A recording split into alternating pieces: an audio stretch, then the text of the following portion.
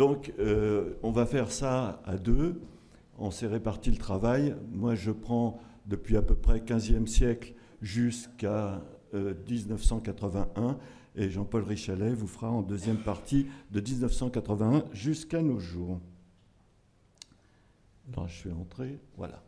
Donc, la montagne, au début, c'est un endroit où on n'a pas tellement envie d'aller parce qu'il fait froid, il n'y a rien à voir, il n'y a que de la neige. Et on a décidé qu'on en faisait des demeures pour les dieux. Donc, il y a le mont Kailash, qui est le Mérou des hindouistes, où Vishnu, Shiva et Brahma se reposent, l'Olympe pour les Grecs, avec leurs nombreux dieux, le Sangat pour les Incas et le mont Sinaï pour les judéo-chrétiens, évidemment. Le mont Everest, eh bien, il est cité. On ne savait pas localement que c'était le mont le plus haut du monde, mais on a fait maintenant une nouvelle religion où il faut avoir fait l'Everest pour attirer le buzz et faire des followers.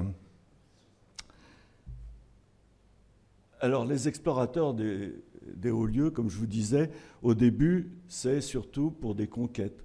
Et c'est les Espagnols qui, à la recherche de l'or au Pérou, vont aller s'exposer à l'altitude au XVIe siècle.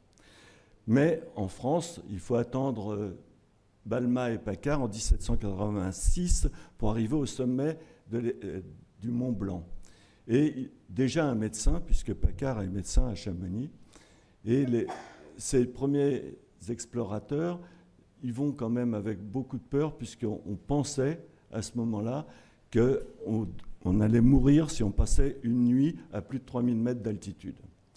Et c'est seulement au début du XIXe siècle que de multiples médecins français, anglais, suisses, allemands sont allés en altitude. Alors l'environnement d'altitude est quelque chose d'assez étrange parce que même si Acosta, au XVIe siècle, a trouvé que l'air était plus léger, il a fallu attendre quand même Torricelli et Blaise Pascal pour s'apercevoir qu'il y avait une pression atmosphérique qui variait en fonction de l'altitude.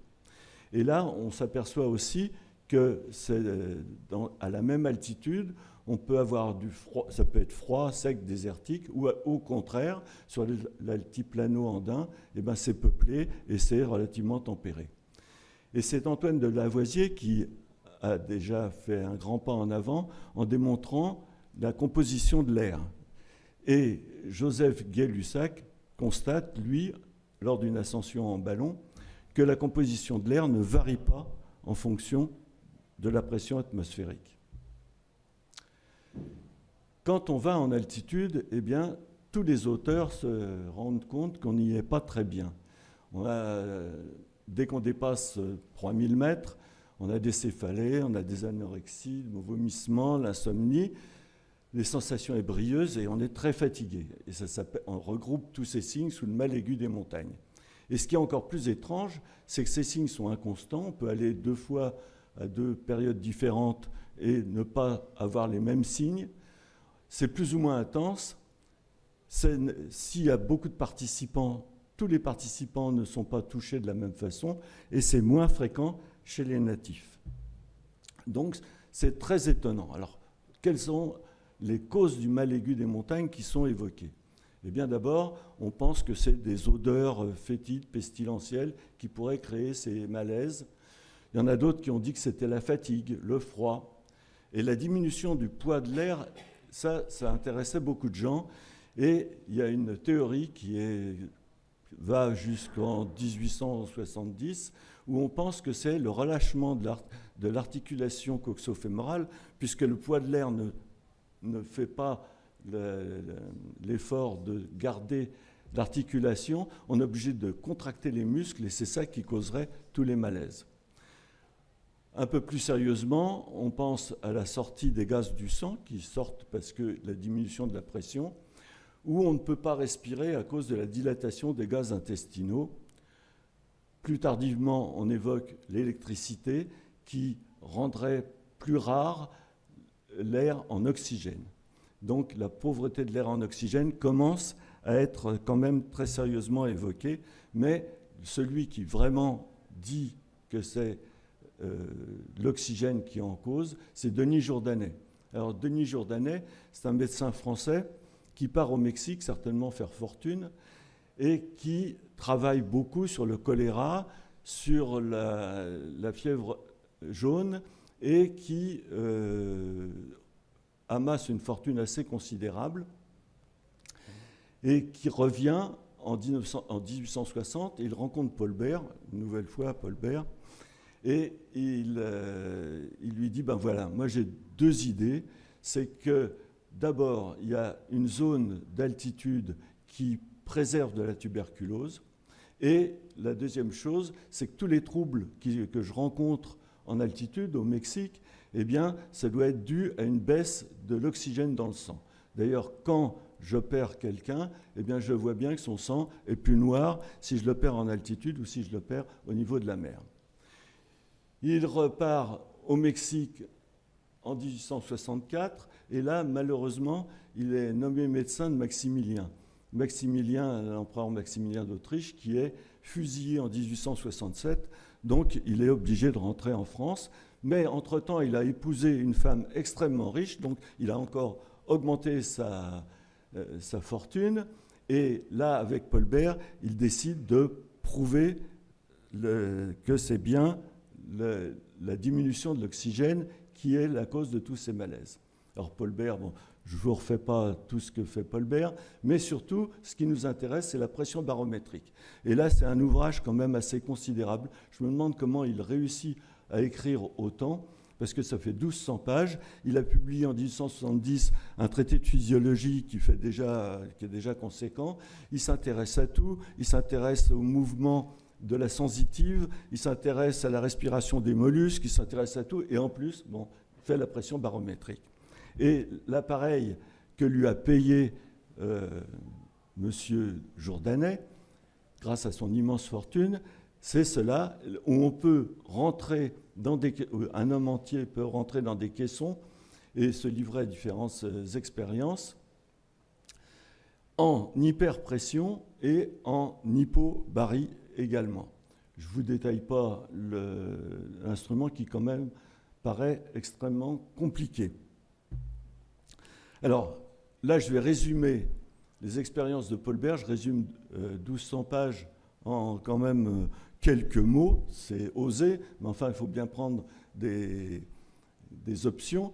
Il prouve surtout que la diminution de la FiO2 ou la diminution de la pression atmosphérique provoque les mêmes effets ventilatoires sur la fréquence cardiaque et les gaz du sang, parce qu'il fait aussi les dosages des gaz du sang, et a le même effet sur les malaises ressentis.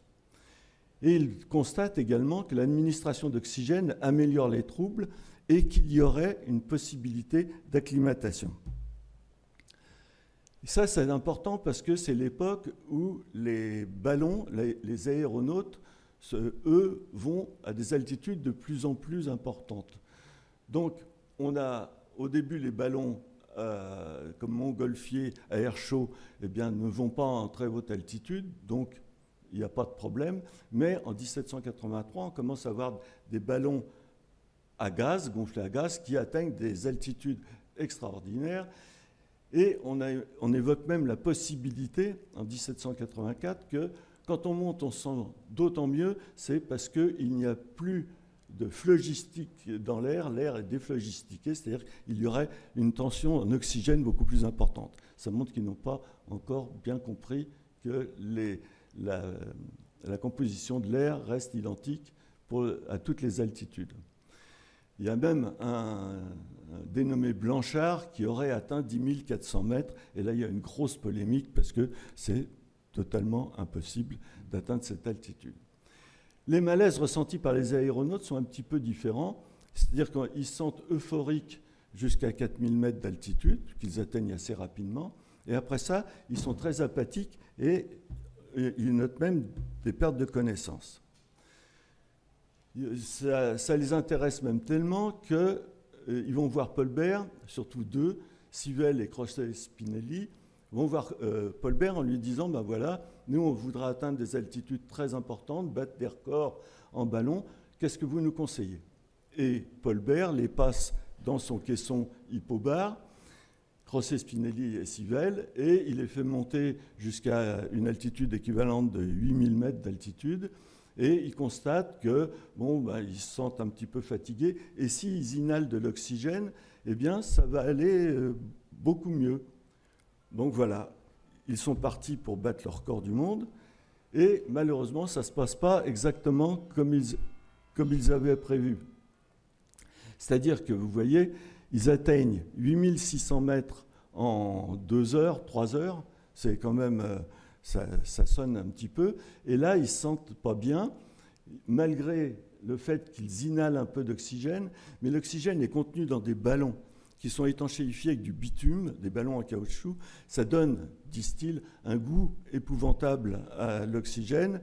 Et ce n'est pas donné par des masques, mais ils vont boire de l'oxygène, comme ils disent, c'est-à-dire qu'ils aspirent par des tuyaux dans ces ballons. Donc ils n'en prennent pas beaucoup, ils n'aiment pas trop prendre de l'oxygène. Donc ils arrivent à 8600 mètres, et là, il y en a un qui est un peu troublé parce que ça commence à redescendre. Il a l'impression que ça descend beaucoup trop vite, donc il jette tous les instruments, tout le lest, et là, il y a une remontée brutale et une redescente qui est aussi brutale. Et quand ils arrivent à Ciron, il y en a 2 qui sont morts, c'est Civelle et Crocé Spinelli, et un qui a résisté, c'est Tissandier.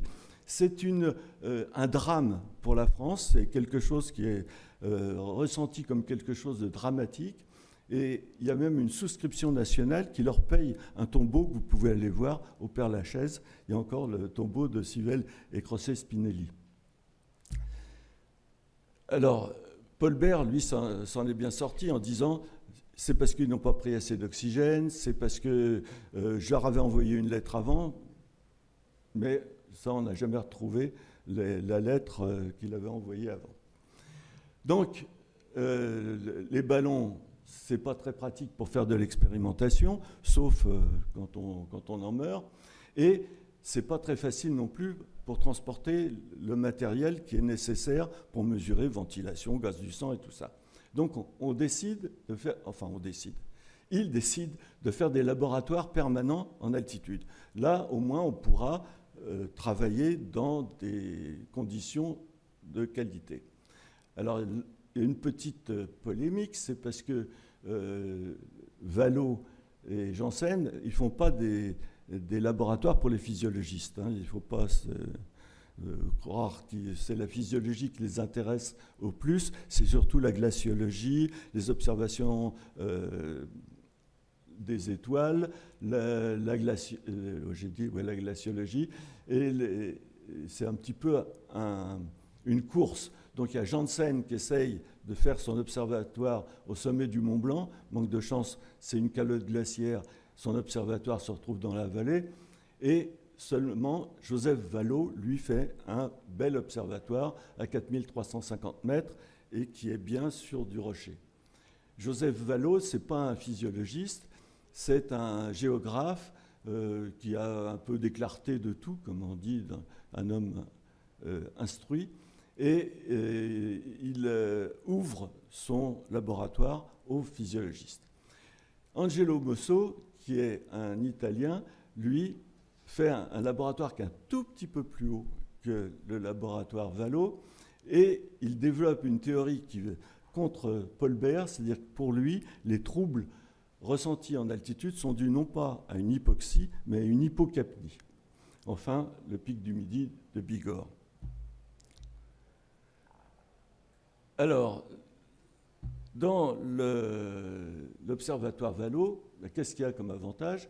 C'est un milieu naturel, on peut faire des séjours longs, il y a des équipements sont permanents, mais l'inconvénient, c'est les problèmes de logistique, les ressources énergétiques, parce qu'il faut quand même réchauffer le laboratoire, et puis après ça, faire fonctionner les machines vraisemblablement avec de l'électricité. Les distances qui sont quand même, il faut y aller, 4350, on n'y part pas comme ça. Et là, on s'en aperçoit tout de suite, c'est le problème des études en altitude, c'est que l'observateur est aussi touché que le personnel observé. Et ça ne facilite pas toujours la clarté d'esprit qui devrait faire partie des bons observateurs. Le début du XXe siècle, alors là je survole complètement, hein, j'oublie beaucoup de gens, mais je garde ceux qui me plaisent bien, c'est François Gilbert Viau. Alors François Gilbert Viau, lui c'est la prolongation de Paul Bert, mais lui ce qu'il trouve surtout, c'est qu'il y a une hyperglobulie d'altitude qui permet de s'adapter au séjour long en altitude sans avoir le problème. Et on va chercher aussi, Kuss, Chauveau et Tissot vont observer et chercher pourquoi l'altitude améliore la tuberculose. Le bacille de Koch est déjà trouvé en 1882, mais on essaye de comprendre pourquoi, en effet, les tuberculeux, quand ils sont en altitude, à une altitude de 1500 mètres en Europe, eh bien, se sentent beaucoup mieux. Et pour donner raison à Paul Bert contre Mosso, eh bien, toutes les expéditions à haute altitude partent avec des dispositifs d'oxygène et non pas avec du gaz carbonique. Ça ne s'est jamais vu. Et la revanche de Paul Bert, ben, c'est que la traduction de la pression barométrique en anglais, en 1943, qui fait avancer les avions, parce que les avions volent de plus en plus haut, ne sont pas pressurisés et les vols durent de plus en plus longtemps. C'est pour ça que la deuxième partie du XXe siècle est très intéressante, parce qu'on rencontre de plus en plus de monde en altitude, parce que les voyages sont plus faciles. Et là, on a la nécessité de comprendre la physiologie de l'altitude qui est avancée par les Jeux Olympiques à Mexico, qui est à 2200 mètres. Donc, à ce moment-là, on sent la nécessité d'informer et la nécessité d'essayer et de prévoir comment on va réagir à l'altitude. Les publications médicales, vous voyez, ça c'est PubMed, hein, comme l'augmentation des publications sur hypoxie-altitude entre 1970 et 2025. Hein, c'est assez considérable. Alors, des médecins dans les expéditions, mais il y en a beaucoup. Il y a des collègues à nous, même Jean-François Bazot, qui ont participé à des expéditions, mais les médecins peuvent rarement expérimenter. Parce que ce qu'on leur demande surtout, c'est de trouver un petit contrat qui va leur payer leur voyage, mais on ne leur demande pas de faire des expérimentations, on leur demande surtout de soigner, faciliter l'exploit, et il y a des prescriptions d'amphétamines qui sont quand même assez considérables dans toutes ces expéditions. Et c'est là où on a l'idée de faire une expédition médicale. Parce que là, l'expédition médicale résout pas mal de problèmes. Les sujets sont volontaires informés, puisque c'est eux qui décident des protocoles ou qui discutent des protocoles. L'expérimentateur devient cobaye, et quand vous savez qu'après ça, vous allez subir ce que vous faites subir à votre collègue, on a tendance à être plutôt gentil. Mais c'est une logistique compliquée, un coût important, et il faut trouver du temps pour se libérer. C'est pour ça que nous avons eu l'idée d'une expédition médicale française en Naumbourg en 1981, dont Jean-Paul Richalet va vous donner les résultats. Voilà, fin de la première partie. Vous voyez tous les grands physiologistes. Voilà, donc je prends la suite. Donc, l'expédition au Naumbourg en 1981, donc on était une bande de médecins, on se dit tiens, ben on est médecin, on aime bien faire de la montagne, on va essayer d'étudier un certain nombre de choses. Alors, on n'y connaissait rien, c'est vrai, à cette époque-là. Moi, j'avais juste fait ma thèse sur l'hémoglobine, mais c'est tout. Donc là, vous voyez le camp de base au Naumbourg, avec des mesures de prise de sang, des tests sur le vélo, voilà, des études sur l'alimentation. Puis en bas à droite, vous avez les mêmes 30 ans après.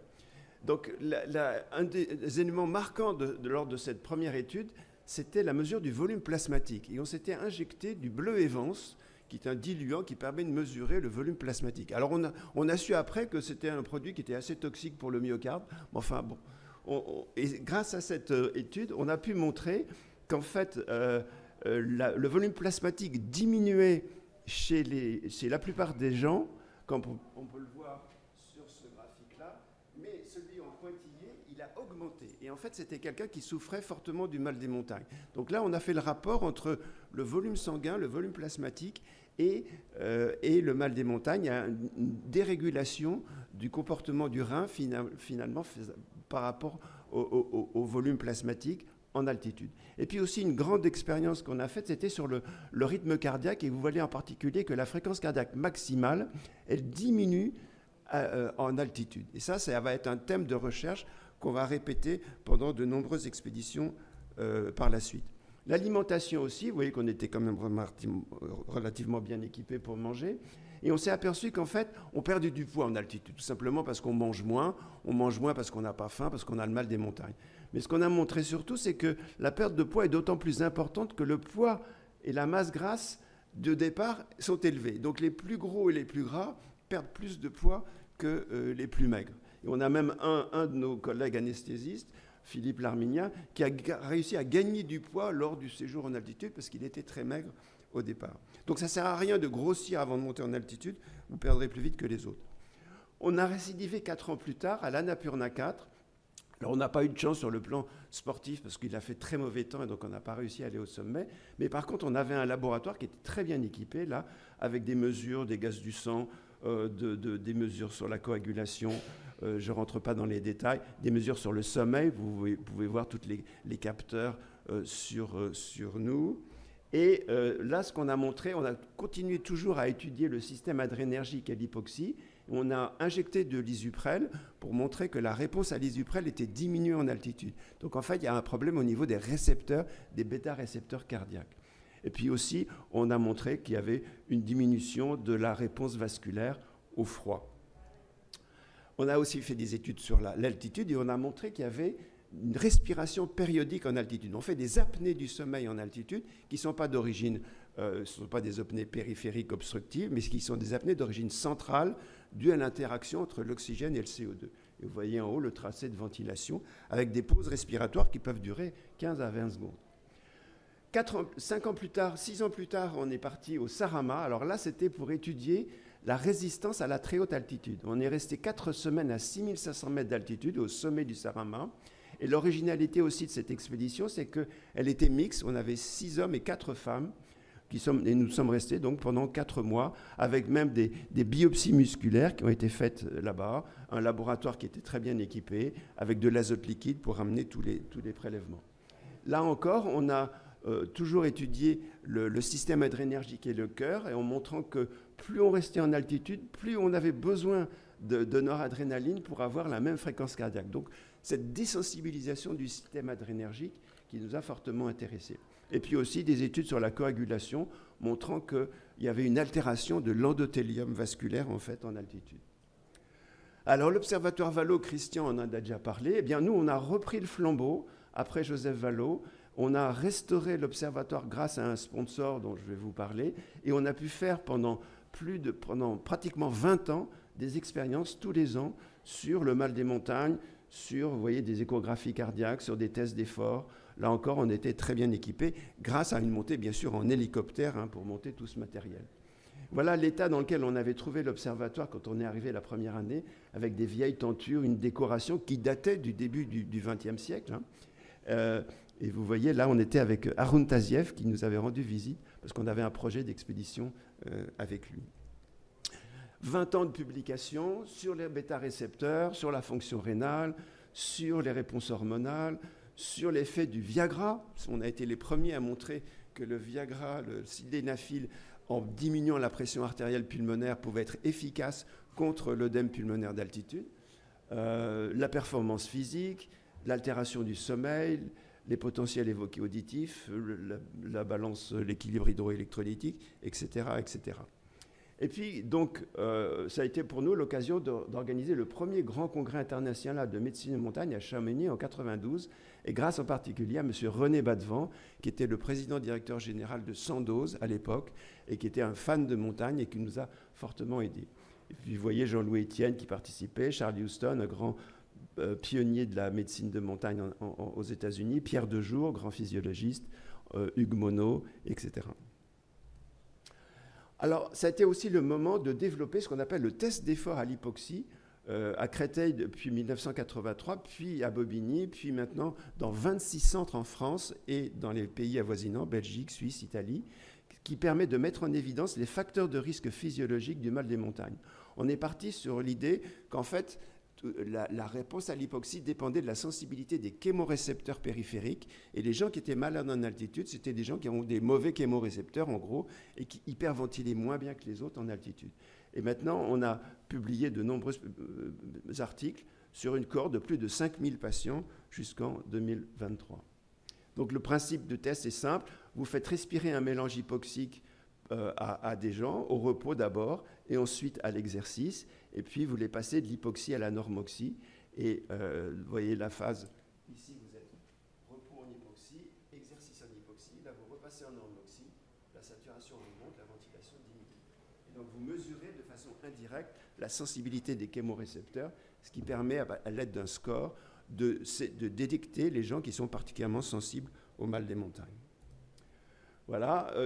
Après, bien sûr, toutes nos études de recherche sont aussi focalisées sur l'information du grand public, avec une brochure Santé et Altitude qui a sa 10e édition maintenant, et puis un bouquin, là où on est à la 5e, bientôt à la 6e édition de médecine de montagne chez Elsevier Masson. On a continué en 97, on voulait aller plus haut, parce que finalement, l'idée c'est d'aller à l'Everest. Bon, alors, emmener une expédition scientifique avec tout le matériel au sommet vrai de l'Everest, c'est trop compliqué, trop cher, trop dangereux. Donc, on a utilisé la COMEX à Marseille, connue pour ses études sur l'hyperbarie. On a inversé le sens des pompes et on a fait une expédition simulée à l'Everest pendant 1 mois avec 8 volontaires sains, donc qui sont montés jusqu'à 8848 mètres. Et nous, quand on rentrait pour faire des manips à l'intérieur du caisson, eh bien, on était obligé de porter un scaphandre, évidemment, pouvoir respirer de l'air normal. On ne peut pas rentrer directement à 8000 mètres d'altitude, sinon on tombe dans les pommes tout de suite. Et donc, voilà comment s'est passée la progression en altitude lors de ce séjour dans le caisson de la COMEX. On est progressivement monté. Vous voyez, chaque triangle, c'est une nuit passée. On est passé 5000, 6000, 7000. On est redescendu se reposer au camp de base à 5000. Puis après, on a atteint le sommet de l'Everest. Alors, juste pour vous donner un exemple des résultats, on a fait les gaz du sang.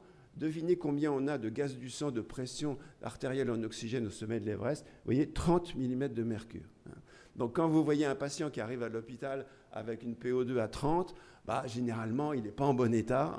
On le met sous respirateur, sous oxygène très vite. Là, c'était des gens qui étaient... ils étaient bien sûr un peu essoufflés. Ils ne seraient pas restés 3 semaines à 8008, mais enfin, ils sont arrivés. Ils sont arrivés grâce à une acclimatation d'1 mois. Vous voyez, si on les avait montés directement à 8008 le premier ou le deuxième jour, ils seraient tous morts. Donc là, on a vraiment mis en évidence la capacité physiologique de s'adapter au manque d'oxygène. On s'adapte, mais aussi le cerveau se ralentit. Et là, grâce à des études sur les performances psychomotrices, on a montré qu'à partir de 6500 mètres par rapport à un groupe contrôle en vert, vous voyez que le groupe qui était dans le caisson commençait à avoir des réflexes difficiles, une difficulté à réfléchir, à résoudre des problèmes. Et alors, c'est encore pire quand on est à 8008. Donc vraiment, c'est ce que Reinhold Messner appelait la zone de la mort. À partir de 6-7 000 mètres, on commence vraiment à avoir un cerveau ralenti. Ce qu'on a montré aussi, c'est que finalement, le cœur, encore une fois, s'adapte bien à la haute altitude, justement grâce à cette désensibilisation du système adrénergique. Parce que si votre cœur il battait à 180 à 8000 mètres, il n'y aurait plus assez d'oxygène. Et donc là, il se protège. Et vous voyez que la fraction d'éjection reste normale. Il y a une petite baisse du diamètre télédiastolique du ventricule gauche parce qu'il y a une petite gêne au remplissage du ventricule gauche. Mais surtout, vous voyez, la pression systolique artérielle pulmonaire, elle monte de façon considérable. On passe de 23 à quasiment 45. Donc ça, c'est vraiment une caractéristique importante de l'altitude, c'est la vasoconstriction hypoxique qui entraîne une HTAP qui peut provoquer la survenue d'un œdème pulmonaire.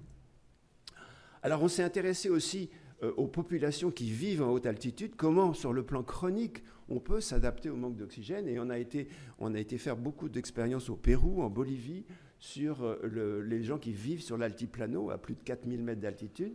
Et en particulier, on s'est intéressé au mal chronique des montagnes, qui est une maladie de Monge, qui s'accompagne en fait d'une polyglobulie extrême.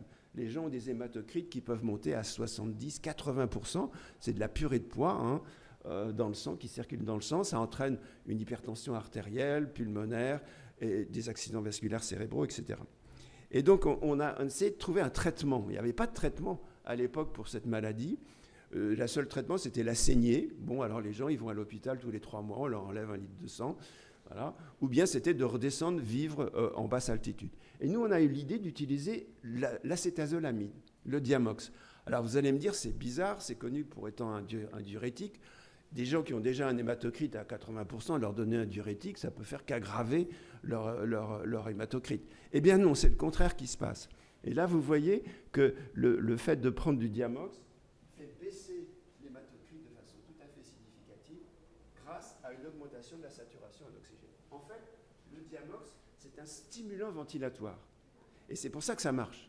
Ça stimule la ventilation, et en particulier pendant la nuit, les gens sont moins hypoxiques, ils sécrètent moins d'érythropoïétine, et donc ils sont moins polyglobuliques. Et donc c'est un traitement qui est maintenant largement utilisé et qui est tout à fait efficace, pas complètement, mais qui réduit de façon significative l'hématocrite.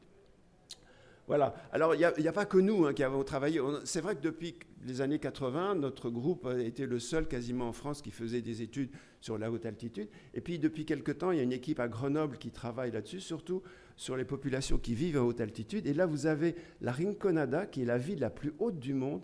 Vous voyez toutes les maisons là sur la photo du haut, entre 5100 et 5300 mètres. En fait, c'est une mine d'or en particulier. Il y a plus de 50 000 personnes qui y habitent dans des conditions absolument épouvantables d'hypoxie, de froid, d'hygiène, etc. Mais cette équipe de Grenoble a fait pas mal d'études sur eux, et en particulier au niveau ophtalmo, aussi chez les enfants maintenant. Et c'est intéressant de voir ce qu'ils font. Voilà. On s'est intéressé à la génétique. Pourquoi est-ce qu'il y a des gens qui sont adaptés à l'altitude? Parce qu'en fait, il y a plusieurs régions de haute altitude. Vous avez les Andes, où les gens habitent là depuis à peu près 10 000 ans. Et vous avez tout le plateau tibétain, où les gens habitent là depuis plus de 40 000 ans. Et il y a vraiment une différence entre les deux, d'autant plus qu'au niveau du Tibet, cette zone était très isolée. Ils ont eu peu d'influence, peu de mélange génétique avec les gens autour. Par contre, les Andins, eh bien, malheureusement, ils ont été colonisés il y a 500 ans par les Européens. Et il y a eu beaucoup de mélange de gènes qui fait qu'on s'est aperçu que sur le plan génétique, les Tibétains sont bien adaptés. Ils ont certains gènes, en particulier sur le transport d'oxygène, sur IF, qui favorisent leur vie en altitude, alors que les Andins, non. Et les Tibétains n'ont jamais le mal chronique des montagnes, alors que les Andins les ont. Grâce à ce mélange, alors les Andins ont été bloqués dans leur adaptation génétique, je dirais, dans l'évolution, à cause du mélange avec les génomes européens. Voilà, donc pour conclure, l'hypoxie. Ah, petite parenthèse. Vous savez depuis quand existe le terme hypoxie? Vous allez me dire, c'est qui a inventé? C'est Paul Bert? Non. C'est Vallot? Non. C'est Jourdanet? Non. Le terme hypoxie apparaît dans la littérature scientifique en 1941. Avant, Bolbert, il utilisait anoxie, Jourdanet utilisait anoxémie, etc. Et c'est qu'en 1941, c'est un physiologiste cardiologue américain qui a séparé le mot anoxie du mot hypoxie. Anoxie, c'est vraiment pas bien, on ne peut pas s'adapter. Hypoxie, il y a moins d'oxygène, mais il y a des mécanismes d'acclimatation. Donc vous voyez, c'est un terme qui est apparu dans la littérature assez récemment. Donc l'hypoxie stimule plein de processus de régulation, ça active des gènes, on fabrique des globules rouges, on hyperventile, le cœur s'accélère, etc., pour lutter contre le manque d'oxygène. Et de l'autre côté, il y a des processus de down-régulation, c'est-à-dire de protection contre l'hyperactivation. Et c'est finalement un mélange harmonieux entre cet état d'activation et cet état de résistance qui permet une bonne adaptation à une contrainte extrême qui est le manque d'oxygène, puisque comme vous avez vu, au sommet de l'Everest, on n'a plus que 30 mm de mercure. Voilà, donc c'est très difficile. Et donc c'est cette bonne adaptation qui permet une homéodynamie heureuse. Je préfère le mot homéodynamie à hémostasie, parce que stasie, ça fait rien ne bouge. Homéodynamie, au contraire, il y a un mouvement plein de mécanismes qui s'entrechoquent pour finalement arriver à survivre dans ces conditions extrêmes. Voilà, je vous remercie.